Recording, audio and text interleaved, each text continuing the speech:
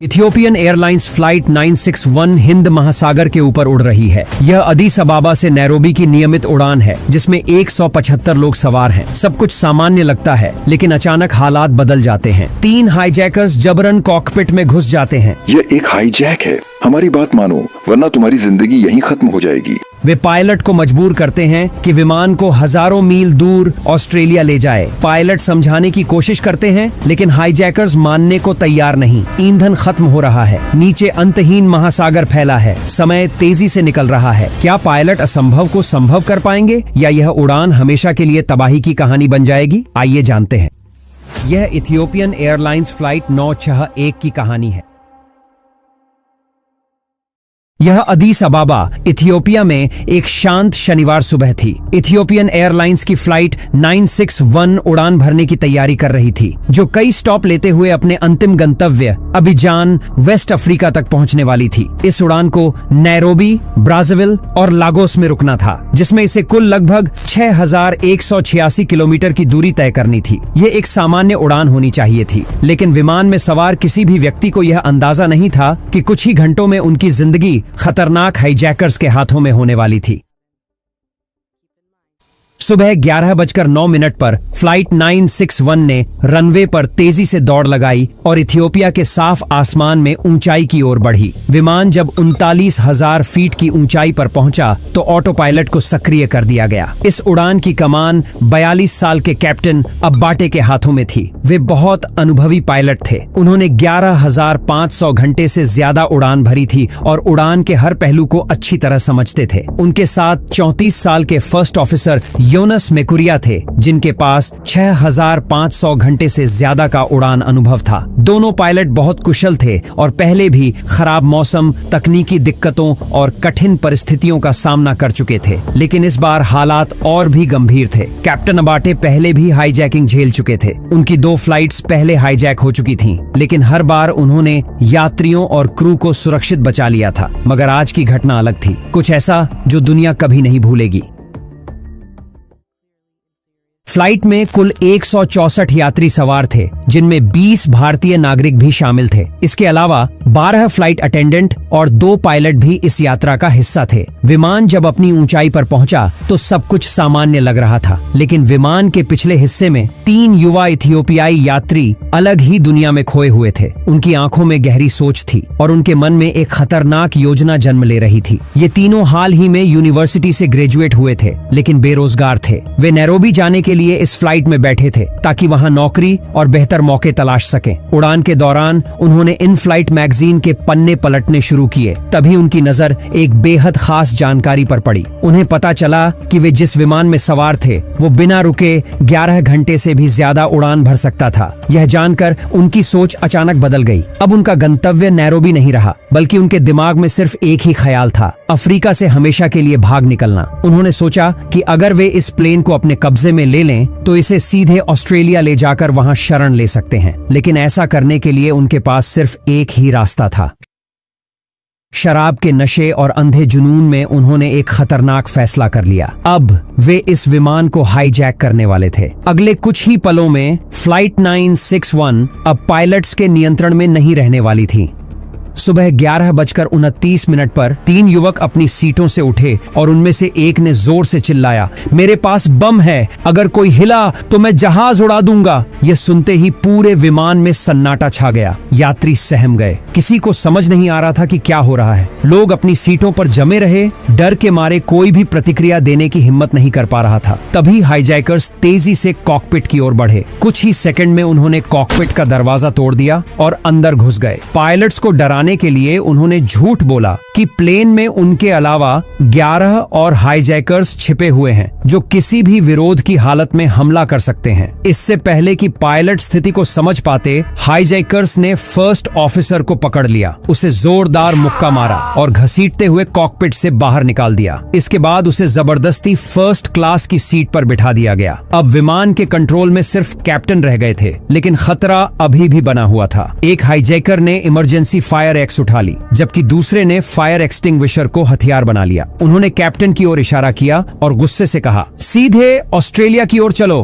Captain का दिल तेजी से धड़कने लगा, क्योंकि विमान में इतना ईंधन नहीं था कि वह बिना रुके ऑस्ट्रेलिया तक उड़ सके। यह सफर लगभग 8000 किलोमीटर लंबा था, और अगर विमान ने इतना लंबा रास्ता तय करने की कोशिश की तो रास्ते में ही ईंधन खत्म हो जाएगा और प्लेन महासागर में गिरकर क्रैश हो जाएगा। यह पूरी तरह असंभव था। कैप्टन ने खुद को शांत रखते हुए स्थिति को संभालने की कोशिश की। उन्होंने हाईजैकर्स को समझाने की कोशिश की कि वे सीधे ऑस्ट्रेलिया नहीं जा सकते। उन्हें केन्या के मोम्बासा एयरपोर्ट पर ईंधन भरने के लिए रुकना होगा ताकि वहां से आगे की उड़ान संभव हो सके। लेकिन हाईजैकर्स सुनने को तैयार नहीं थे। उन्होंने साफ इनकार कर दिया और कैप्टन को आदेश दिया कि वह तुरंत ऑस्ट्रेलिया के लिए उड़ान भरे, चाहे जो भी हो। हर गुजरते सेकंड के साथ हालात और खराब होते जा रहे थे। हाईजैकर्स सच में यह मान बैठे थे कि विमान 11 घंटे बिना रुके उड़ सकता है। उन्हें यह गलतफहमी इसलिए हुई क्योंकि उन्होंने एयरलाइन की इन फ्लाइट मैगजीन में कुछ पढ़ा था, लेकिन वे जानकारी को पूरी तरह गलत समझ बैठे थे। कैप्टन ने उन्हें समझाने की कोशिश की। उन्होंने फ्यूल इंडिकेटर्स की तरफ इशारा किया, जो साफ दिखा रहे थे कि विमान के पास नैरोबी या मोम्बासा तक पहुंचने लायक ही ईंधन बचा है। ऑस्ट्रेलिया जाने का तो सवाल ही नहीं उठता। कैप्टन ने शांत लहजे में समझाया कि थ्योरी और रियलिटी में बहुत फर्क होता है, लेकिन हाईजैकर्स कुछ भी मानने को तैयार नहीं थे। उनकी नासमझी जल्दी गुस्से में बदल गई। एक हाईजैकर ने बम फोड़ने की धमकी दे दी, जबकि बाकी यात्रियों को काबू में रखते रहे ताकि कोई विरोध न कर सके। कैप्टन समझ गए कि बहस करने से कुछ नहीं होगा। अगर विमान और यात्रियों को बचाना था तो उन्हें हाईजैकर्स को चकमा देना होगा। कैप्टन ने सावधानी से विमान की दिशा हल्की सी मोड़ दी। हाईजैकर्स को लगा कि विमान ऑस्ट्रेलिया की तरफ जा रहा है, लेकिन हकीकत में कैप्टन ने विमान को मोम्बासा की ओर मोड़ दिया। इस छोटे से मौके का फायदा उठाते हुए कैप्टन ने एयर ट्रैफिक कंट्रोल से संपर्क किया। शांत लेकिन गंभीर आवाज में उन्होंने हाईजैकिंग की सूचना दी और बताया कि वे दिखाने के लिए हाईजैकर्स का आदेश मान रहे हैं, लेकिन असल में विमान को मोम्बासा की ओर ले जा रहे हैं। लेकिन हाईजैकर्स को जल्दी ही शक होने लगा। उन्होंने कैप्टन को ग्राउंड से बात करते हुए देख लिया और बेचैन हो गए। अचानक एक हाईजैकर गुस्से में कॉकपिट में घुसा। उसने बिना किसी चेतावनी के कैप्टन का हेडसेट खींचकर फेंक दिया, जिससे सारी संचार लाइन कट गई। अब कैप्टन पूरी तरह अकेले थे और 39,000 फीट की ऊंचाई पर हाईजैकर्स का सामना कर रहे थे। विमान के अंदर हाईजैकर्स लगातार कैप्टन को अपनी योजना के मुताबिक उड़ाने के लिए मजबूर कर रहे थे। हालात को और गंभीर बनाने के लिए एक हाईजैकर ने कैप्टन को आदेश दिया कि वे ऑस्ट्रेलिया फोन करें, लेकिन यह असंभव था। विमान में ऐसा कोई फोन सिस्टम नहीं था जो इंटरनेशनल कॉल कर सके। हालांकि कैप्टन को इसमें भी एक मौका दिखा। तेजी से सोचते हुए उन्होंने हाईजैकर्स को सच्चाई बताई कि ऑस्ट्रेलिया से सीधे संपर्क करना संभव नहीं था। इसके बजाय उन्हें किसी ग्राउंड स्टेशन से संपर्क करना होगा, जो फिर ऑस्ट्रेलिया को संदेश भेज सके। कैप्टन को उम्मीद थी कि इस बहाने से वे दोबारा एयर ट्रैफिक कंट्रोल से संपर्क कर पाएंगे। अगर वे ऐसा कर पाते तो वे हाईजैकिंग की ताजा स्थिति बता सकते थे और गुप्त रूप से मदद मांग सकते थे। लेकिन जमीन पर नैरोबी के एयर ट्रैफिक कंट्रोलर अब भी स्थिति को पूरी तरह समझ नहीं पा रहे थे। उन्हें हाईजैकिंग की पुष्टि के लिए और जानकारी चाहिए थी। उनके नजरिए से सबसे सही और सुरक्षित विकल्प यही था कि विमान को जल्द से जल्द मोम्बासा में उतार लिया जाए। कैप्टन को इस बात का पूरा एहसास था कि खतरा अब चरम पर पहुंच चुका है, लेकिन फिर भी वह हाईजैकर्स को समझाने की लगातार कोशिश कर रहे थे कि मोम्बासा में लैंडिंग ही उनका आखिरी विकल्प है। उन्होंने एक बार फिर समझाने की कोशिश की कि विमान के पास ऑस्ट्रेलिया तक पहुंचने के लिए पर्याप्त ईंधन नहीं है, लेकिन हाईजैकर्स ने सुनने से इनकार कर दिया। वे अपनी योजना में इतने अंधे हो चुके थे कि किसी भी हकीकत को मानने को तैयार नहीं थे। कैप्टन जानते थे कि तर्क से अब कोई फायदा नहीं होने वाला। उन्होंने एक आखिरी जोखिम उठाने का फैसला किया, एक ऐसा कदम जो या तो विमान को बचा सकता था या स्थिति को और भी खतरनाक बना सकता था। उन्होंने लाउडस्पीकर ऑन कर दिया ताकि हाईजैकर्स खुद एयर ट्रैफिक कंट्रोलर्स की आवाज सुन सकें और समझ सकें कि विमान के पास ईंधन बहुत कम है। लेकिन हाईजैकर्स अब भी सच्चाई को मानने को तैयार नहीं थे। वे अपनी जिद पर अड़े रहे और किसी भी तर्क को अनदेखा कर दिया। अब विमान मोम्बासा से सिर्फ 40 मिनट की दूरी पर था और उसके पास केवल 2 घंटे का ईंधन बचा था। नैरोबी के एयर ट्रैफिक कंट्रोलर अब भी इस पूरे घटनाक्रम को पूरी तरह समझ नहीं पा रहे थे। वे फ्लाइट 961 के दोबारा संपर्क करने का इंतजार कर रहे थे, लेकिन विमान की ओर से कोई कॉल नहीं आई। अब विमान हिंद महासागर के ऊपर उड़ रहा था और उसका ईंधन खतरनाक रूप से खत्म हो रहा था। हाईजैकर्स अब भी यही मान रहे थे कि वे ऑस्ट्रेलिया की ओर बढ़ रहे हैं, लेकिन कैप्टन हार मानने वाले नहीं थे। उनके पास समय भी कम था, ईंधन भी खत्म हो रहा था और विकल्प भी न के बराबर बराबर थे। लेकिन इन आखिरी पलों में भी कैप्टन का दिमाग तेजी से काम कर रहा था। को पायलट की सीट पर बैठे हुए कैप्टन ने विमान को कोमोरोस आइलैंड्स की ओर मोड़ दिया। उन्होंने पहले ही कैलकुलेट कर लिया था कि विमान के पास ईंधन खत्म होने से ठीक पहले यह क्षेत्र आ सकता है। अगर वे इन द्वीपों के करीब रह पाए तो हो सकता है कि किसी एयरपोर्ट पर सुरक्षित लैंडिंग का कोई मौका मिल जाए। इसी दौरान हाईजैकर्स का लीडर, जिसने जबरदस्ती कैप्टन की सीट पर कब्जा कर लिया था, नशे में धुत विस्की पीते हुए प्लेन के कंट्रोल से खेल रहा था। उसे बिल्कुल भी अंदाजा नहीं था कि विमान कैसे काम करता है। वह कॉकपिट के बटन और लीवर को ऐसे दबा रहा था जैसे कोई बच्चा खिलौने से खेल रहा हो। कैप्टन ने एक बार फिर चेतावनी दी और फ्यूल इंडिकेटर्स की ओर इशारा किया। उम्मीद थी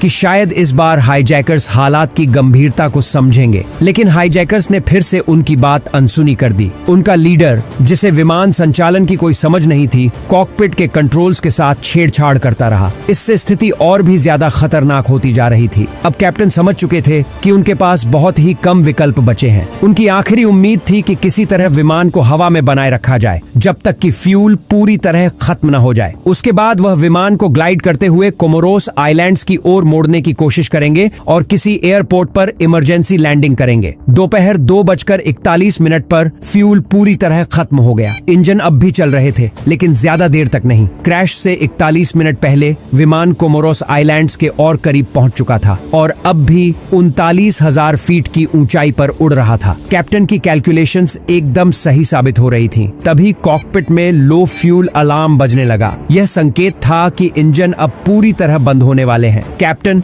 जो किसी भी तरह सभी यात्रियों को बचाना चाहते थे, हाईजैकर्स से विनती करने लगे कि उन्हें विमान लैंड करने दें। हाईजैकर्स को अब भी यकीन नहीं था कि ईंधन खत्म हो चुका है। वे जिद पर अड़े रहे और कप्तान को 39,000 फीट की ऊंचाई पर उड़ान जारी रखने का आदेश देते रहे, बिना यह समझे कि अब प्लेन ज्यादा देर तक हवा में नहीं रह सकता। विमान खतरे के एकदम करीब था। इंजन किसी भी पल बंद हो सकते थे। दोपहर 2:40 पर विमान अचानक झटका खाकर हिला। दाहिना इंजन फेल हो चुका था। एक तरफ से टर्बोफैन की गहरी आवाज धीरे धीरे शांत हो गई और कॉकपिट में चेतावनी का लाल सिग्नल जल उठा। कैप्टन ने हाईजैकर्स की ओर देखा और दृढ़ आवाज में कहा, हमने एक इंजन खो दिया है। लेकिन नशे में धुत हाईजैकर, जो अभी भी कप्तान की सीट पर बैठा था, बस स्क्रीन को घूरता रहा। उसे समझ ही नहीं आया कि क्या हो रहा है। अब डर हाईजैकर्स के बीच भी फैलने लगा था। वे अपने ही अपहरण पर नियंत्रण खोते जा रहे थे। हालात तेजी से बिगड़ रहे थे और अब फैसला लेने के लिए ज्यादा वक्त नहीं बचा था। यह सुनते ही केबिन में मौजूद यात्रियों की सांसें थम गईं। कुछ लोग डर के मारे चीख पड़े। कैप्टन ने धीरे धीरे प्लेन को कोमोरोस द्वीपों की ओर मोड़ना शुरू कर दिया, क्योंकि बचने का सिर्फ एक ही तरीका था, जमीन के पास रहना। लेकिन हाईजैकर्स को यह मंजूर नहीं था। उनमें से एक गुस्से में कॉकपिट में घुसा, माइक्रोफोन छीन लिया और चिल्लाया, तुम झूठ बोल रहे हो, ऑस्ट्रेलिया की ओर चलो। लेकिन अब बहस करने का समय नहीं था। दाहिना इंजन पूरी तरह बंद हो चुका था और विमान तेजी से रफ्तार खो रहा था। कैप्टन पूरी तरह विमान को स्थिर रखने और इसे द्वीप की ओर ग्लाइड कराने की कोशिश कर रहे थे। तभी हाईजैकर्स घबरा गए। उन्हें एहसास हुआ कि विमान नीचे गिर रहा है। उनमें से एक ने कॉकपिट के कंट्रोल्स को पकड़ लिया और जोर से पीछे खींचने लगा, यह सोचकर कि विमान ऊपर चढ़ जाएगा। अचानक विमान जोर से हिलने लगा, ऑटो पायलट बंद हो गया और प्लेन एक तरफ झुक गया। यात्री घबरा कर चीख पड़े। इस झटके की वजह से विमान खतरनाक तरीके से नीचे जाने लगा। जो विमान कुछ देर पहले 39,000 फीट की ऊंचाई पर था, अब सीधे समंदर की ओर गिर रहा था। हाईजैकर्स को आखिरकार समझ आ गया कि स्थिति उनके नियंत्रण से बाहर हो गई है। घबराहट में उन्होंने फिर से कंट्रोल्स पकड़ लिए और विमान को दूसरी दिशा में मोड़ने की कोशिश करने लगे, लेकिन अब बहुत देर हो चुकी थी। दोनों इंजन बंद हो चुके थे और विशाल विमान अब बिना ताकत वाला ग्लाइडर बन चुका था, जो हवा में बिना किसी शक्ति के तैर रहा था। बिना इंजनों के कंट्रोल्स बहुत भारी हो गए थे और हर मूवमेंट के लिए कैप्टन को अपनी पूरी ताकत लगानी पड़ रही थी। हर सेकंड कीमती था। अगर वह समय रहते जमीन तक नहीं पहुंचा तो विमान सीधा समुद्र में गिरने वाला था। कोमोरोस एयरपोर्ट दिखाई दे रहा था, लेकिन प्लेन बहुत नीचे था। वहां तक पहुंचने के लिए समय नहीं बचा था। कैप्टन ने सच्चाई समझ ली, वे रनवे तक नहीं पहुंच पाएंगे। अब एक ही विकल्प बचा था, समुद्र में क्रैश लैंडिंग। को पायलट जल्दी से केबिन में आगे बढ़ते हैं। यह सुनिश्चित करने के लिए थे कि सभी यात्री इमरजेंसी लैंडिंग के लिए तैयार हैं या नहीं। तभी उन्होंने एक भयानक गलती देखी। कई यात्रियों ने पहले ही अपने लाइफ जैकेट फुला लिए थे। यह एक घातक गलती थी, क्योंकि अगर विमान डूबने लगा तो ये जैकेट उन्हें पानी में फंसा देंगी और बाहर निकलना नामुमकिन हो जाएगा। इन्हें फुलाओ मत, जब तक विमान से बाहर न निकलो लाइफ जैकेट मत फुलाओ, को पायलट ने जोर से चिल्लाया। कुछ यात्रियों ने हवा निकालने की कोशिश की, लेकिन बाकी इतने डर गए थे